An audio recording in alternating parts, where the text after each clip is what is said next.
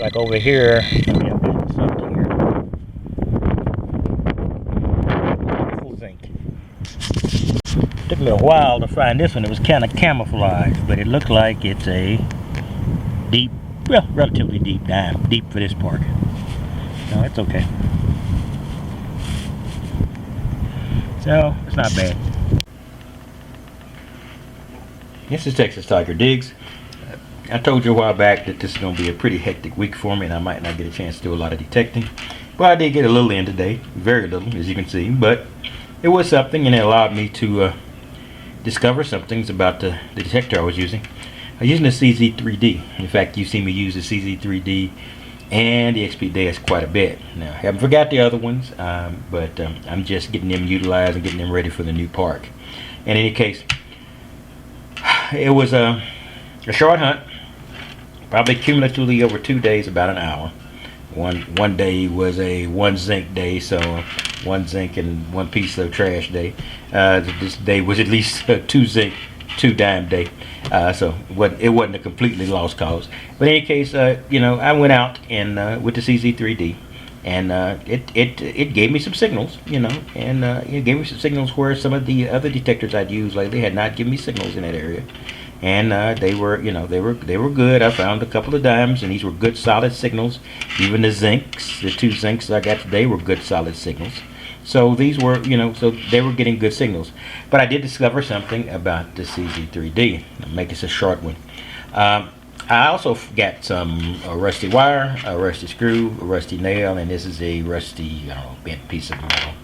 Could be some type of screw or holder, I don't know, but maybe a part of a fence or something. In any case, they were all rusty, and what I found with those was with the CZ-3D, when I used these particular, when I found these particular signals, they were combo signals. They were a good sharp signal like dime, quarter, or silver, or something silver, but it was followed by a bong or iron sound. So it was a ding, ding, boom, ding, boom. So each one of these, at least let's say 3 out of 4 of these, gave that exact same signal. So these were not consistent signals, and they were not in a normal environment. Maybe you would pass these up as a dig target, because I would get a smooth ding, and then I say, oh great, then I get that ding, boom, ding, boom. But it was still pinpointing at a reasonable size. So I dug them up. So in each one at a time, they were rusty items. So that's something I learned about the CZ-3D. With rusty items, you do get some combo signals. I'm not saying that's always the case, because we all know we found rusty items that sounded like silver walking liberties, you know.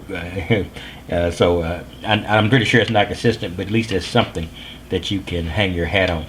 Now over here, when I found aluminum, you know, aluminum pretty much gives you the sound of foil or etc. But the sound I got from this aluminum was a broken. See, this is foil. This is basically foil, with this as being a piece of aluminum. I got the foil signal, but the foil signal was a broken signal. Now, I haven't found that gold ring, so if I found a foil signal with a gold ring and it gives me a good solid sound, then I'll know that this is a worthy clue to use. But with these, I would get a good solid sound, like good solid, you know, the good solid high sound, and then come back and I would get either no sound or a broken sound. They tended to be one-way signals, but I didn't get the deep iron or even pull tab bong I got off of these. But over here, I would just get a one-way signal and then a broken signal back, or just a one-way signal, and then I would go back and one-way signal and one-way signal I decided to dig.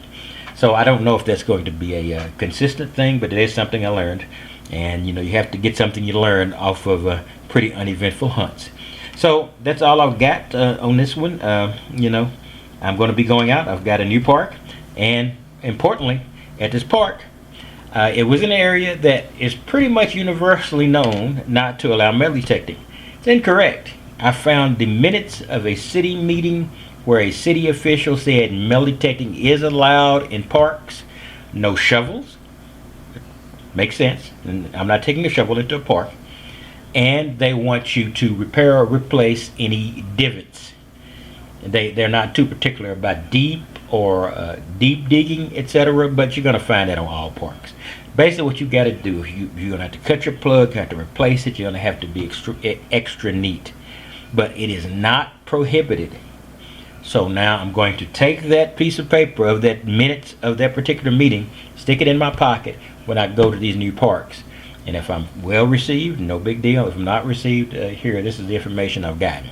So, that's just, if you can find some written documentation of a decision by the park department, that's no indication that you're not going to be not harassed, but you're not going to encounter a park official that's going to wondering what you're doing.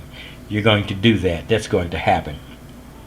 But at least you've got some indication that the act you're doing is in itself not breaking any park rules.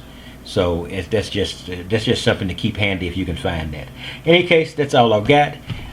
So I'm going to see you at the next hunt at 2 new parks in the very near future, because it looks like my schedule is going to be returning to normal at the end of this week and into the weekend.